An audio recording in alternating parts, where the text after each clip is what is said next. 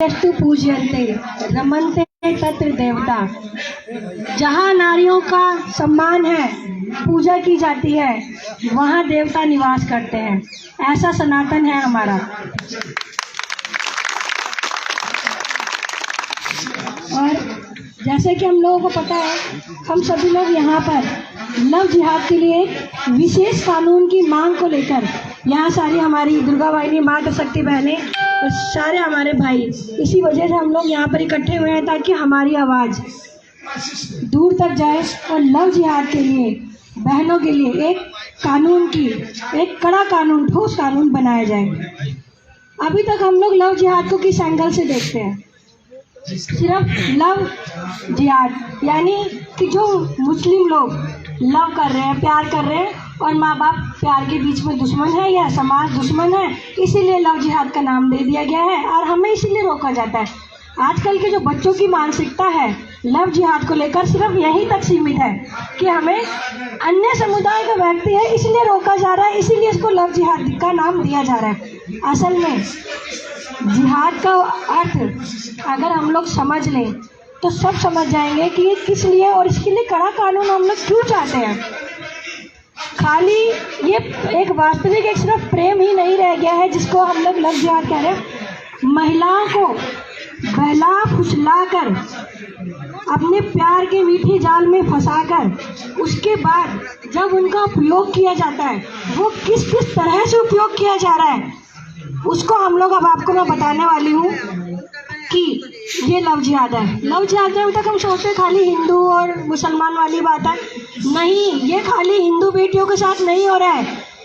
इसमें बौद्ध धर्म, ज्यू धर्म, ईसाई धर्म, पंजाबी, नीची जितने भी जातियाँ हैं जो सिर्फ हिंदू हैं, मुशरिक हैं, मूर्ति पूजा करने वाले हैं, उन सब की बेटियों के साथ हो रहा है। यहाँ तक कि विधवाओं के साथ, तलाकशुदा महिलाओं के साथ भी हो रहा है। ये खाली इसमें बच्चियाँ ही नहीं हैं। ये लव जिहाद शुरू होता है हमारे मंदिर से, अल तकैया से।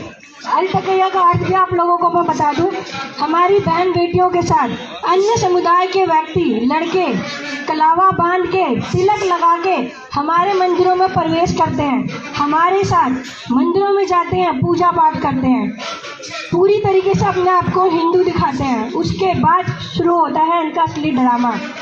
जब मंदिर से बाहर धीरे धीरे लड़की उनके चंगुल में फंसने लगती है, चंगुल में फंसने के बाद उसको पूरी तरीके से जब वो अपना बना लेते हैं, उसके बाद या तो उसकी गंदी वीडियो वायरल की जाती है या उससे हिंदू रीति रिवाज से शादी करने के बाद कुछ दिनों तक बाहर रहने के बाद कहा जाता है मैं तेरे लिए हिंदू बना, शादी करी हिंदू रीति रिवाज से, तो तू क्या मेरे लिए मुस्लिम नहीं बन सकती है।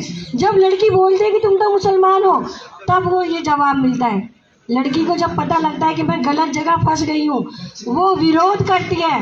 विरोध करने पर असली जो सीन सामने आता है वो श्रद्धा वाला है, अंजलि वाला है, और जो छोटी छोटी और बच्चियों के साथ हुआ है। कहीं पार्क में पत्थर से कुचला गया है, तो कहीं सूटकेस में पैक करके हाईवे पर फेंक दिया गया है, तो कहीं 35 टुकड़े करके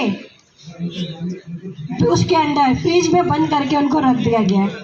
तो ये है लव जिहाद जो हमारी बहन बेटियों के साथ इस प्रकार हो रहा है। और भी आपको मैं चीज़ बताती हूँ, खाली लव जिहाद प्यार तक सीमित होकर उनको मार देने तक सीमित नहीं है।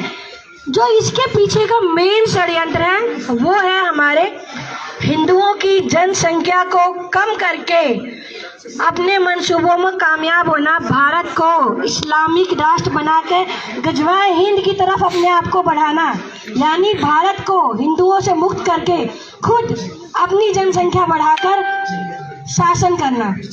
वो कैसे, अब आपको मैं ये भी बताती हूँ कि जब हमारी बहन बेटियों को बहला फुसलाकर अपने लव जिहाद में फंसाकर वो पूरी तरीके से अपने घर पर ले जाते हैं। जो बहनें हिंदू परिवार में 1 या 2 बच्चे जन्म देती हैं, वही लड़कियां लव जिहाद में फंसने के बाद 8-8 बच्चों को जन्म देती हैं।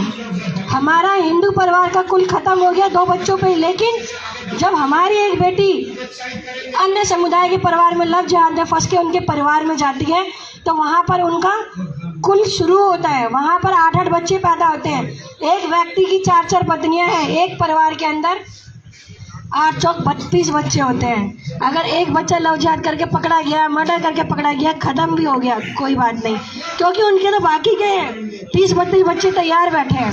इस प्रकार वो हम लोगों से अपनी जनसंख्या बढ़ाकर हमारे हिंदुओं की जनसंख्या को कम कर रहे हैं, ताकि उनका जो अपना मंसूबा है गजवाए हिंद की ओर वो बढ़ सके, हम लोगों की जनसंख्या को ख़त्म कर सकें। उसके बाद जिस प्रकार आप लोगों को पता है कश्मीर में हुआ ना, अपनी जनसंख्या बढ़ाया उन्होंने, उसके बाद हिंदुओं का नरसंहार चालू कर दिया और बहन बेटियों को